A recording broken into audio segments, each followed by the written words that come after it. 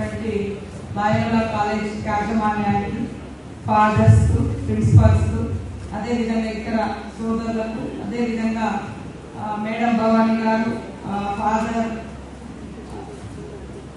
అమర్రావు గారు, బాబు గారు, వీరందరూ కూడా మా దగ్గరకు వచ్చి చాలాసేపు వెయిట్ చేసి మమ్మల్ని ఆహ్వానించినందుకు మీకు ఒకసారి ప్రత్యేకంగా కృతజ్ఞతలు, ధన్యవాదాలు తెలియజేస్తా ఉన్నాను.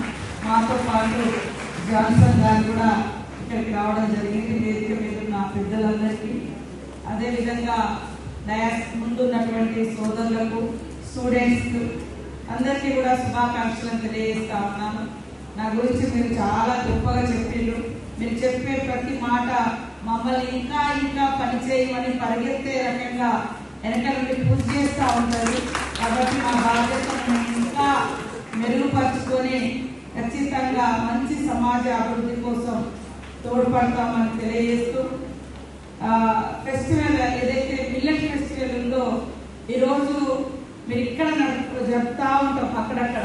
ఎందుకంటే మీకు లయోలా కాలేజ్ యాజమాన్యం కానీ, స్టాఫ్ కానీ మారుమూల అటవీ ప్రాంతాలతో అనుబంధం ఉన్నటువంటి వ్యక్తులు ఈ డయాస్ మీద ఉన్నారు.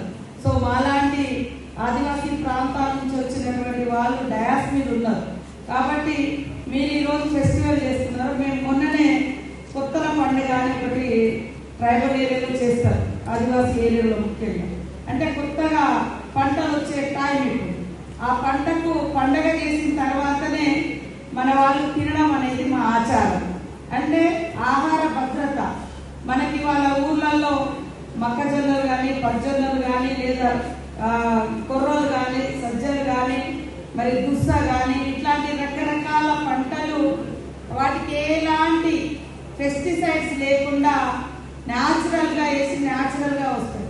వాటిని మేము తీసుకునేటప్పుడు కూడా, తినేటప్పుడు కూడా పండగ చేయడం అనేది మా ఆచారం. ఇవాళ మామిడి చెట్లు వస్తే మామిడికాయలు తినేటప్పుడు కూడా తినే ముందు మామిడి పండుగ చేస్తాం. గోంగూర వస్తే గోంగూర తినేటప్పుడు కూడా గోంగూర పండుగ చేస్తాం.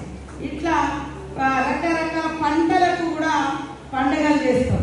పెద్దలకి ఎట్లా పండుగ చేసుకుంటామో ప్రతి వస్తువు, అంటే ఇవన్నీ కూడా మన ఆకలి తీర్చడంతో పాటు మనల్ని ఆరోగ్యంగా ఉంచేటువంటి చిరుధాన్యాలు. కాబట్టి పంటలు బాగుండాలి, అవి బాగుంటేనే మన ఆరోగ్యం బాగుంటుంది, కడుపు నిండా తింటాం అనేటువంటి ఆలోచనతో ఫస్ట్ ఒక విశ్వాసం, ఒక నమ్మకం, ఒక ఆచారం, సాంప్రదాయం అనుకోవచ్చు, వాళ్ళకి మనం పండుగ చేస్తాం.